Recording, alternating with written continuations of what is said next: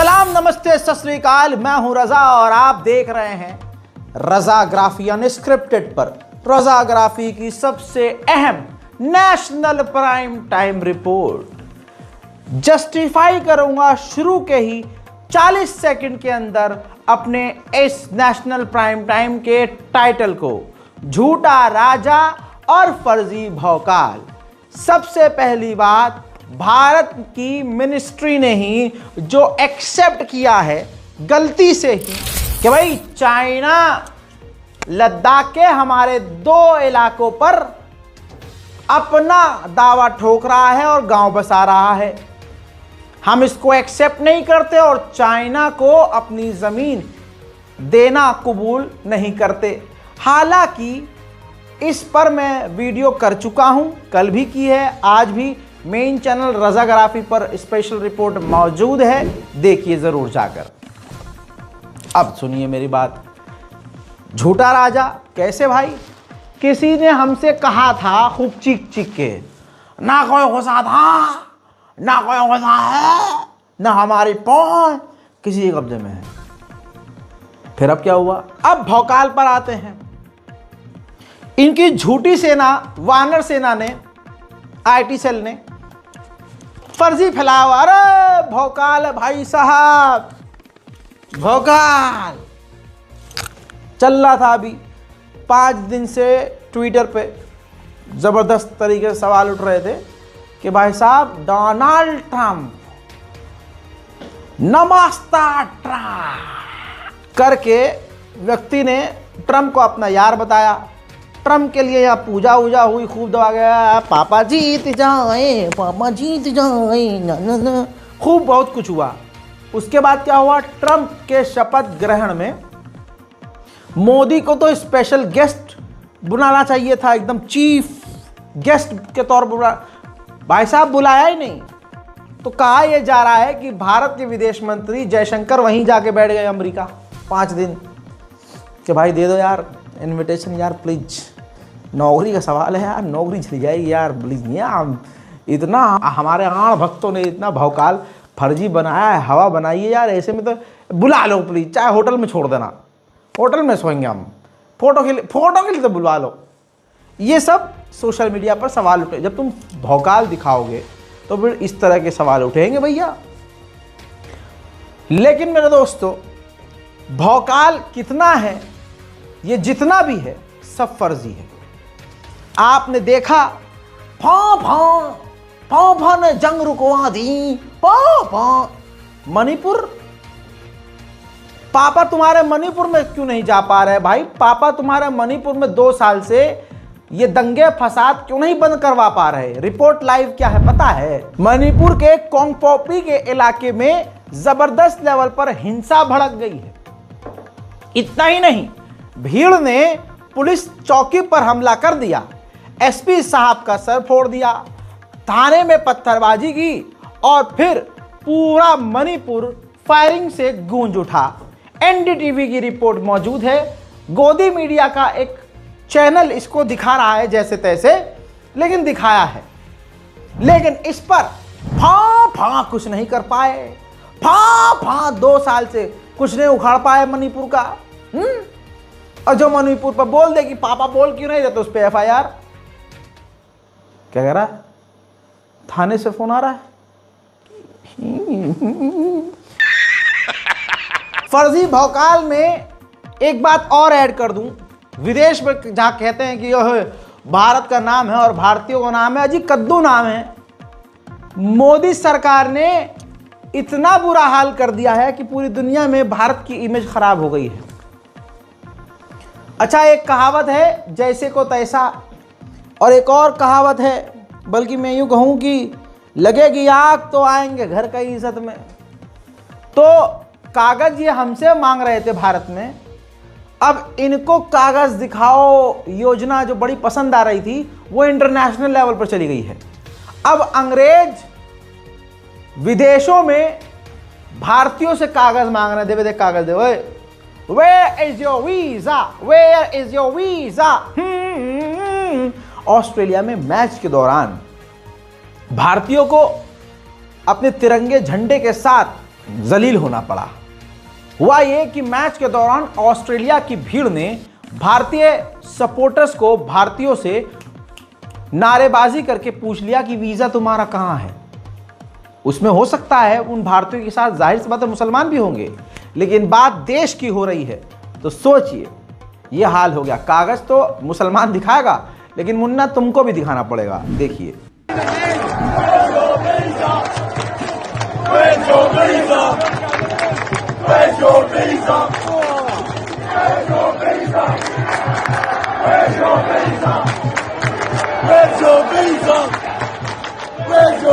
गाजियाबाद से विधायक हैं बीजेपी के नंद किशोर गुर्जर साहब, जो आए दिन विवादित टिप्पणी और अल्पसंख्यकों के खिलाफ जहर उगलने में मास्टरी किया करते थे।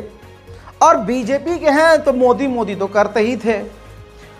अब आपको बताना चाहूंगा कि इन्होंने क्लियर कट कहा है कि हमारी सरकार में 50,000 गायें काटी जा रही हैं और अधिकारी भ्रष्टाचार कर रहे हैं, पैसा लेके काटने दे रहे हैं गायों को। और यह बात कहने पर मुझे कत्ल भी करवाया जा सकता है। अधिकारियों पर, अपनी ही सरकार पर और अपने ही लोगों पर नंद किशोर गुर्जर ने इल्जाम लगा दिया 9mm की पिस्टल खरीदी जा चुकी है मुझे कत्ल करने के लिए। यह बात बीजेपी के विधायक ने कह डाली। अरे बाबा सुनो तो सही। गाय काटने की हिम्मत नहीं होती थी, आज हम दुखी हैं। हमारी सरकार में प्रतिदिन 50,000 गाय कट रही हैं, सारी गाय साफ कर दी गई। ये अधिकारी गाय का पैसा खा रहे हैं, इसका मतलब ये है सब लूट मची है, चारों तरफ लूट मची है। मुख्यमंत्री जी तक बात पहुंचे और इस सबके मुखिया चीफ सेक्रेटरी हैं। जो कमिश्नर बार बार आपसे नहीं कहते चिल्ला के, चीफ सेक्रेटरी साहब बैठे हैं, ऐसे 300 विधायक घूमते हैं, वो हमारी हत्या करा दें, इतनी ताकत है उनपे। भाई हमारी हत्या भी करा सकते हैं। आज जो मैं बोल रहा हूं इस बात पे, उसकी बात बाद में करूंगा, उसकी तैयारी भी कर चुके हैं। वो अपराधी 3 दिन में पकड़वा भी दूंगा मैं। अभी मैं उस पर लगाऊं ठंडे दिमाग से। 25 पिस्टलें 9mm की खरीदी जा चुकी हैं, बड़ी बात कह रहा हूं मैं, लेकिन ये बात बाद में करेंगे। फिलहाल हमारी आज की बात यह है कि भ्रष्टाचार प्रमाणित हुआ है, गाय कट रही है, ये बेचारा गरीब आदमी के बच्चे को बंद किया गया। तो हम कोई सीपी से हमारा बैर नहीं है, कोई चीफ सेक्रेटरी से हमारा कोई बैर नहीं है, ना हम कभी मिले हैं, ना बात करते हैं हम ज्यादा।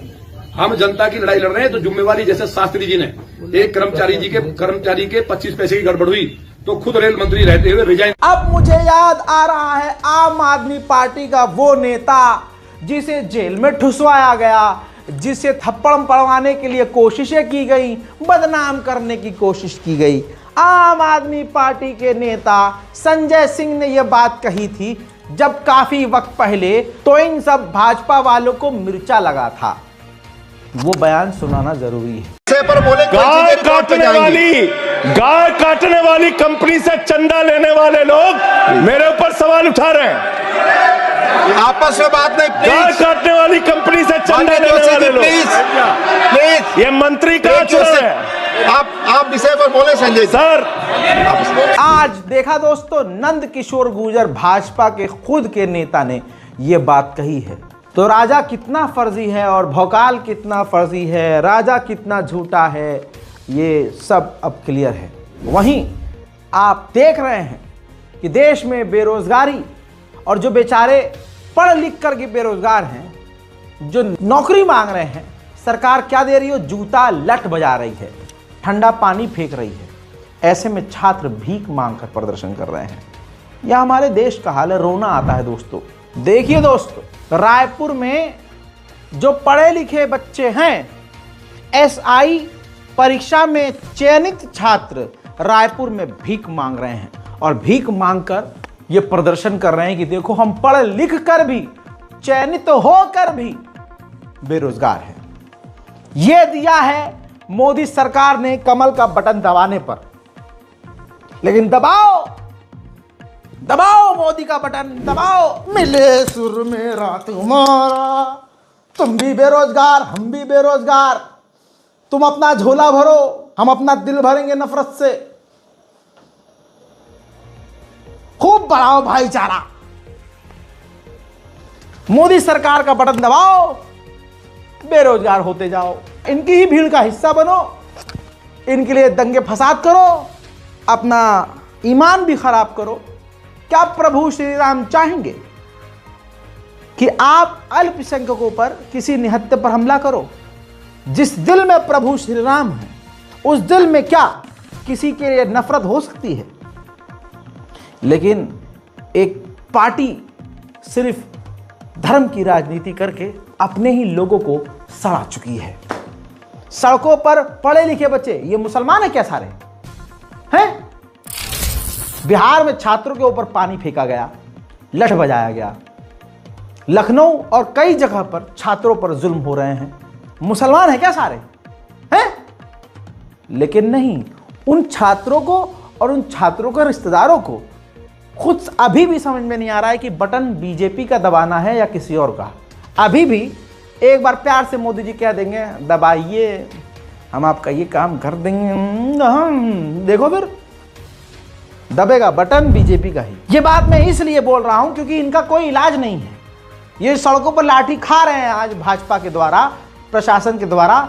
इन्हीं ने तो मोदी जी को जिताया था। पिट रहे हैं, लाल हो रहा है पिछवाड़ा, कैमरे के आगे रो रहे हैं, भीख मांग रहे हैं, नौकरी मांग रहे हैं, तब भी ये वोट बीजेपी को देंगे क्योंकि इनके दिलों में वायरस है, HM virus, hate against Muslims. दोस्तों, ये अंधभक्त ही हैं जो सड़कों पर पिट रहे हैं क्योंकि ये आज भी भाजपा के खिलाफ एक इकट्ठा होकर बोल नहीं रहे हैं कि हाँ भाई, क्योंकि इनको पता है फिर इनके साथ क्या होगा। अंधभक्ति की सीमा पार कर चुके हैं और अंधभक्ति में ये नंगे हो चुके हैं। अंधभक्तों से बहस करना ऐसा है कि कुत्ते के पिछवाड़े में अपना सर घुसाना। याद रखना हजरात मोहतरम, ये इतने नंगे हैं कि एक पत्रकार ने आड़ भक्त से पूछ लिया कि भाई ये केजरीवाल तो फ्री की पानी, फ्री का बिजली, फ्री का खाना, फ्री का अनाज देकर बेकार कर रहा है, नहीं लेना चाहिए। पत्रकार ने कहा कि अच्छा, तो मोदी जी जो राशन दे रहे हैं वो तो सही कर रहे हैं, राशन मोदी जी दे रहे हैं सही कर रहे हैं, लेकिन राशन केजरीवाल देगा तो बुरा कर रहा है। पर पत्रकार ने कहा कि अच्छा, इसका मतलब अगर अच्छा काम जो है केजरीवाल करेगा तो वो सही नहीं है, लेकिन अच्छा काम मोदी जी करेंगे तो वो अच्छा है, और वो अच्छा काम अगर केजरीवाल करेगा तो वो गलत है। हमारी नजरों में तो वो गलत ही है। ये अंधभक्ति का लेवल देखने के लिए ऐसे भी। और रही केजरीवाल की बात, हम आटा चीनी फ्री कौन ले? हम कमाते हैं, ठीक है ना, हम फ्री कौन ले? हम अपना वोट चावल चीनी पे नहीं डालते। तो मोदी जी क्यों अनाज देते हैं? जी, मोदी जी फिर क्यों अनाज देते हैं? मोदी जी देते हैं, सही है उनका, ठीक है। हाँ, बाकी जगह हम जो, अच्छा एक बात बताओ खाली, मोदी जी जो करे वो सब सही है कि नहीं? बिल्कुल सही है। दूसरा सही भी करे तो वो गलत है कि नहीं? तो गलत, हमारी नजरों में तो गलत है। बस ठीक। जब राम राज्य का जुमला भाजपा इस्तेमाल कर रही थी, आड़ भक्त ऊपर से चूतर तक का जोर लगाकर सड़कों पर चिल्ला रहे थे राम राज आएगा। ऊपर पहनने के लिए कपड़ा नहीं है, नीचे की चीजें छुपाने के लिए ढंग के कपड़े नहीं है, ब्रश करने के लिए घर में पेप्सोडेंट नहीं है, दबा दबा के आगे में खत्म होने वाला है, पेप्सोडेंट खत्म हो चुका है, जान निकल चुकी है, ससुरे दवाएं पड़े, निकाले पड़ेगी, आज भी काम चल जाए। सोशल मीडिया पर जहर फैला कर 100 रुपया रोज IT सेल से दिहाड़ी लेने वाले लोग लगे पड़े थे। उस वक्त मैंने कहा था, मुझे आज भी याद है और मेरे देखने वाले इस बात के गवाह हैं, मैंने कहा था राम राज हमें कबूल है। जब राम राज आ जाएगा तथाकथित, तो यह आपस में लड़ेंगे। नफरत जो फैला रहे हैं, इस नफरत की आग में जो आग लगा रहा है नफरत की, हाथ तो उसका भी जलेगा। कहा था मैंने, उम्मीद है कि कमेंट करके आप वेरीफाई करेंगे कि मैंने कहा था और आपको याद था। लगेगी आग तो आएंगे घर कई इज्जत में, यहां पर सिर्फ हमारा मकान थोड़ी है। हजरात, जैन समुदाय के ऊपर इल्जाम लगा कि जैन समुदाय ने हिंदू मंदिर पूरी तरह से तोड़ दिया, और ये हुआ कहां? मध्य प्रदेश, जहां पर मुसलमानों के खिलाफ बहुसंख्यक समाज ने एक्सट्रीम लेवल का नफरत फैलाया हुआ है और मुसलमानों को लिटरली भगा रहे हैं। मध्य प्रदेश के सागर में मंदिर को तोड़ दिया गया, जैन समाज के ऊपर यह आरोप लगा कि उन्होंने मंदिर तोड़ा। बताया जा रहा है कि बहुत पुराना मंदिर है और उनके सामने जैन समाज के लोग अपना धार्मिक स्थल बना रहे थे। इसको लेकर विवाद हुआ और खबर है कि हिंदू संगठन के लोगों ने थाने पर भी हंगामा किया है। अब आपके सामने बयान। का मंदिर है घर के पीछे, वहाँ पे इन लोग ने पहले चटकनी लगाई मंदिर की, फिर वहाँ पे ये राड सब्बल हथौड़ा लेके आए, इन लोग ने मंदिर तोड़ा। इन लोग से बोला कि दरवाजा खोलो, दरवाजा किसी ने नहीं खोला। पीपल वाली गली से पीछे से घूम के गए, वहाँ पे आदर्श जैन, पिताजी का नाम है अनिल कुमार जैन, ये हथौड़ा लेके खड़े थे, कहने लगे हम सबको मार देंगे, जो बीच में आएगा उसको मार देंगे, जान से मारने की धमकी दी। मोनू जैन महाकाल जे सब्बल लेके खड़े थे वहाँ पे, और पूरा मंदिर तोड़ दिया। हम लोग ने बीच बचाव करा तो हम लोग को मारा, हमें मारा, हमारे बड़े पिताजी हैं बाबू डड़िया जी, उनको मारा। लोहे की राड मारी है, 12 टाँके आए उनको। हमें पैर में मारा, पीठ पे पत्थर पटका गया, छाती पे लात मारी गई और पैर में डंडे मारे गए। और कितने लोगों को चोट आई आपके यहाँ घटना? 2 लोगों को, हमें और बाबू डड़िया जी को। कितने लोग? ये जो कितने लोग थे वो लोग? उनको बेट मारा गया सिर में सीधा। ये मड़िया किसकी है? मड़िया डड़िया परिवार की है, उसके नहीं खानदानी मड़िया है वो हमारी। तो वो एक मिनट भाई साहब, तो ये उन लोगों का क्या कहना था इस मड़िया को लेकर? उनका बातचीत चल रही थी, कल रात में भी बातचीत हुई थी उनसे, हर चीज की सहमति हो रही थी, लेकिन जो एकदम से 40-50 लड़के आते हैं, तोड़फोड़ करते हैं, मारपीट करते हैं। इनमें से आपने कितने 2 लोगों को पहचाना है? एक मोनू जैन महाकाल है और एक वो अपना आदर्श जैन, पिताजी का नाम अनिल कुमार। वो तो कपड़ा बांधे थे क्या? सब मुंह पे कपड़े बांध के आए थे। करीब कितने लोग थे? 40-50 लोग। 40-50 लोग। सब हथियार लिए थे, हथौड़ा सब्बल कुल्हाड़ी सब। जब रोक टोक करी तो बोलने लगे कि आपको जान से मार देंगे। तो वो मूर्ति को उठाकर फेंक दीजिए। मूर्ति नहीं, वो तो बांधी है, तो वो तो वहीं पर है। मूर्ति है, मंदिर तोड़ दिया सब्बल से, राहत इंदौरी साहब का शेर ऐसी जगह फिट होगा हमने कभी सोचा नहीं था। खैर आगे बढ़ो। हज़रात, जैसे जैसे चुनाव करीब आ रहे हैं, भाजपा मुसलमानों के आगे नागिन डांस करती हुई नजर आ रही है। जिस दरगाह अजमेर शरीफ को गिराने की बात बहुसंख्यक समाज कर रहा था भाजपा के छाती पर चढ़ के, भाजपा के सपोर्ट से, आज वही मोदी सरकार, वही प्रधानमंत्री, वही रक्षा मंत्री दे दनादन चादर भेज रहे हैं। अब हमारे माननीय रक्षा मंत्री राजनाथ सिंह की तरफ से 5 जनवरी को दरगाह अजमेर शरीफ पर चादर पेश की जाएगी। भक्त जनों, कैसे हो सालो? भारत में सबसे मुश्किल जिंदगी अगर कोई जी रहा है तो पत्रकार है। एसी में बैठकर जो पत्रकारिता, वो पत्रकार नहीं है, वो दलाल हैं। सब दलाली कर रहे हैं। अब वो जिस मर्जी करें।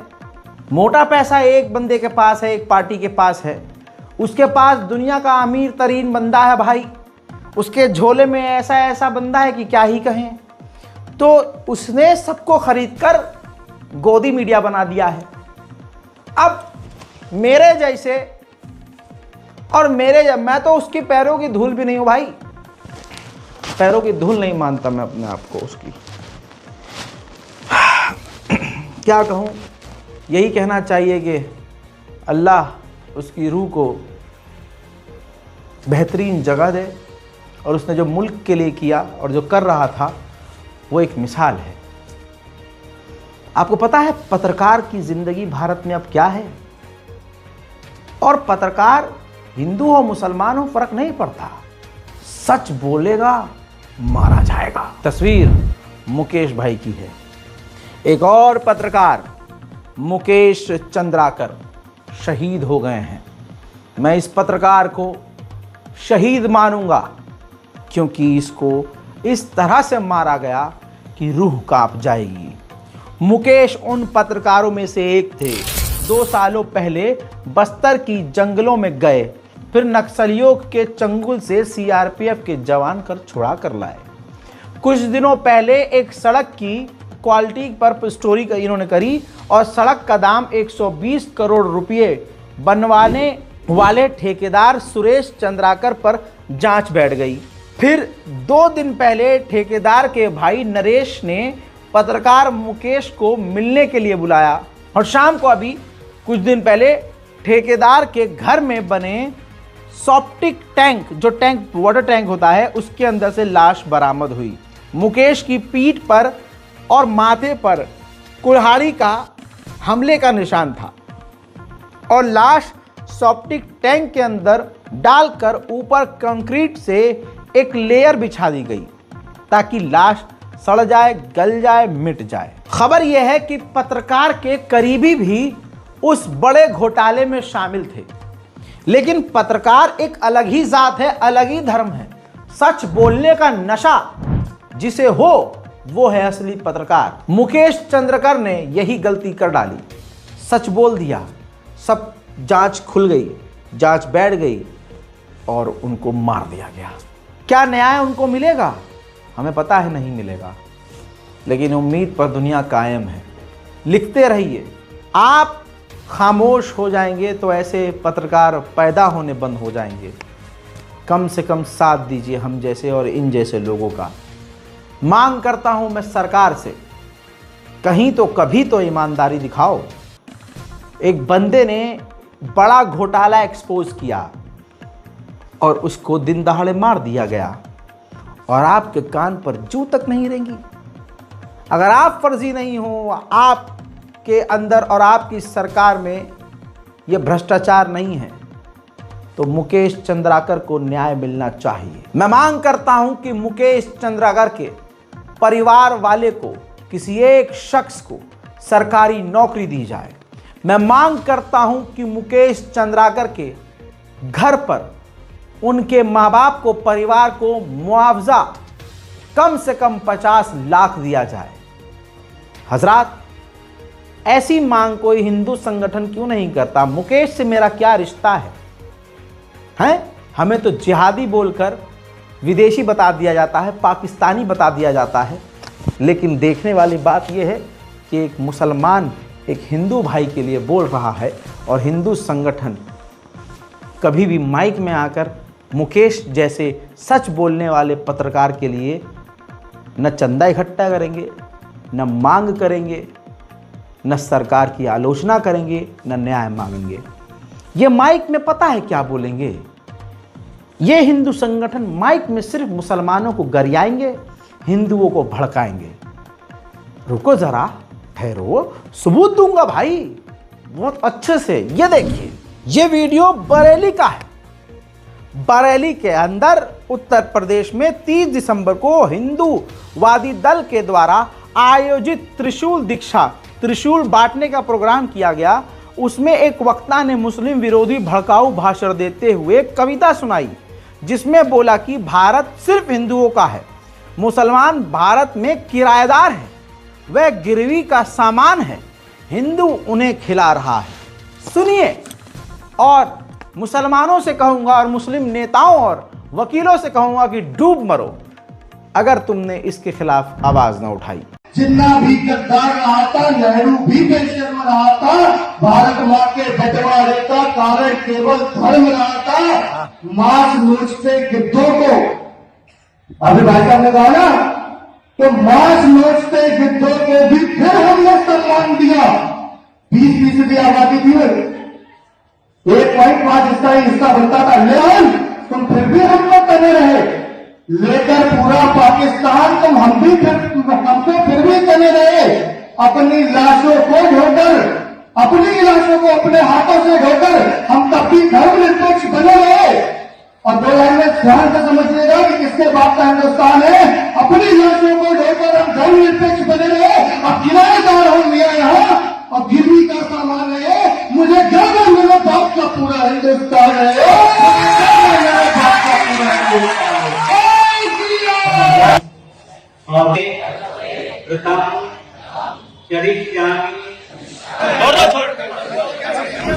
सुन लिया?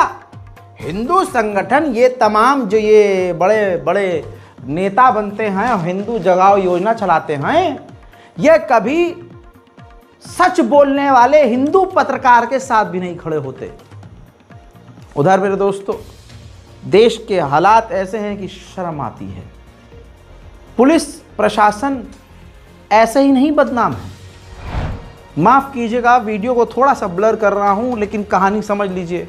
देखने की कोशिश कीजिए। मामला ये है कि आपको अगर न्याय चाहिए और अल्लाह ना करे हमारी देश की कोई बेटी हो, महिला हो और उसे थाने का मुंह देखना पड़े, क्योंकि अगर महिला को न्याय चाहिए तो पुलिस प्रशासन या पुलिस का कोई ऑफिसर उससे मांग कर लेगा कि हमें अपने स्तन दबाने दो, मुख मैथुन करने दो, हमारे साथ थोड़ा फिजिकल हो जाओ, हम तुम्हारी मदद करेंगे। कर्नाटक के तुमकुरू में डीएसपी रामचंद्रप्पा ने एक मामले की जांच में कठोर कार्रवाई और न्याय दिलाने के लिए सेक्स की डिमांड की थी। वीडियो किसी ने चुपके से कमरे के खिड़की से बना लिया। डीएसपी रामचंद्रप्पा, नाम देखो और काम देखो। तिलक खूब लंबा लगाता होगा, सोशल मीडिया पर बहुत ईमानदार और धार्मिक बनता होगा रामचंद्रप्पा, लेकिन महिला को न्याय दिलाने के नाम पर यह उसके साथ सेक्स करने की बात करता है और कमरे में ले जाकर करना भी शुरू कर देता है। वीडियो सोशल मीडिया पर जिसने भी बनाई पोस्ट कर दी, वीडियो वायरल हो गया। आगे की कहानी क्या है, कार्रवाई हुई या नहीं हुई, लेकिन आपको बताना था ये हमारे देश में थानों के अंदर का हाल है। अल्लाह माफ़ करे।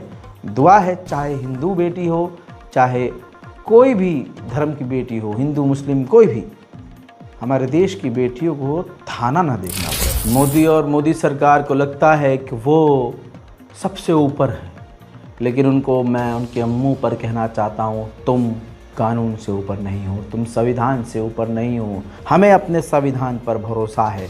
तुम कानून और संविधान के साथ खेल तो सकते हो, लेकिन संविधान से जीत नहीं सकते। जो अधिकारी मोदी और योगी के पावर के नशे और भौकाल में आकर बुलडोजर खेल रहे हैं, बता दूं कि उन पर एक न एक दिन जरूर कार्रवाई होगी। यूपी महाराजगंज में बिना नोटिस दिए चलाया था बुलडोजर। सुप्रीम कोर्ट हो गया सख्त और डीएम और एएसपी समेत 27 लोगों के खिलाफ एफआईआर दर्ज करने का आदेश दिया और कहा कि जांच की जाए। मैं यही कहूंगा, जितने भी अधिकारी सत्ता के नशे में चूर अल्पसंख्यक समुदाय के घरों के ऊपर आशियानों पर बुलडोजर चला रहे हैं, ये वक्त की सुई पलटेगी। ऐसे या वैसे, जैसे या तैसे, आप भी एक न एक दिन मुसीबत में पड़ोगे। बाबा की सरकार क्या बन गई? अब कोई भी उठकर भगवा रंग पहनकर गुंडा अपने आप को बाबा साबित करने की कोशिश करता है। आतंकी गतिविधि खुलकर हो रही है, हथियारों के साथ खेल रहे हैं, वीडियो बनाकर सोशल मीडिया पर पोस्ट कर रहे हैं। ये जिसकी फेसबुक आईडी दिखा रहा हूं, इस बाबा को पहचानने की कोशिश कीजिए। पूज्य देवेंद्र जी महाराज जिनका नाम है, मोबाइल नंबर है, 40,000 इनके फॉलोअर हैं। आपको बता दूं कि योगी आदित्यनाथ के साथ इस बंदे की तस्वीर साफ नजर आ रही है। अब इनका एक वीडियो वायरल हुआ है जिसके अंदर ये हिंदुओं को उकसाते हुए नजर आ रहे हैं कि हथियार रखो। आपको बता दूं कि अगर सरकारी हथियार, लाइसेंसी हथियार भी है, तो उसको आप सोशल मीडिया पर लहरा नहीं सकते। यहाँ पर ये हथियार से खेलता हुआ नजर आ रहा है और साथ ही शास्त्र के साथ शस्त्र भी रखने की बात करके सीधे साधे मासूम हिंदुओं को उकसाने की कोशिश कर रहा है। ये प्रसाद है हनुमान जी का। ये किसके लिए है? विधर्मियों के लिए। बोलना पड़ेगा। शास्त्र कराते हैं, अस्त्र भी उठाते हैं बाबा में। शास्त्र और शस्त्र दोनों रहना चाहिए। कमांडेंट होना चाहिए। कितने आदमी ठाकुर?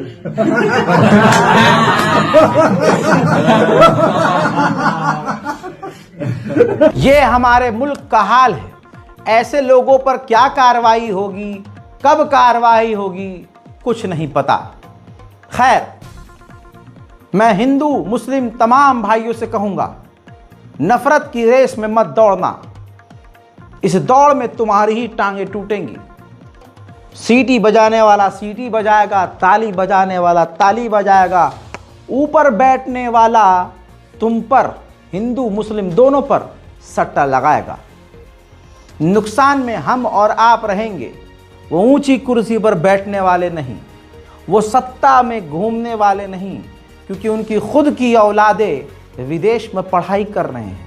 जो बात संस्कार की करते हैं, उनकी बेटियां चड्डी बनियान में विदेश में घूम रही होती हैं।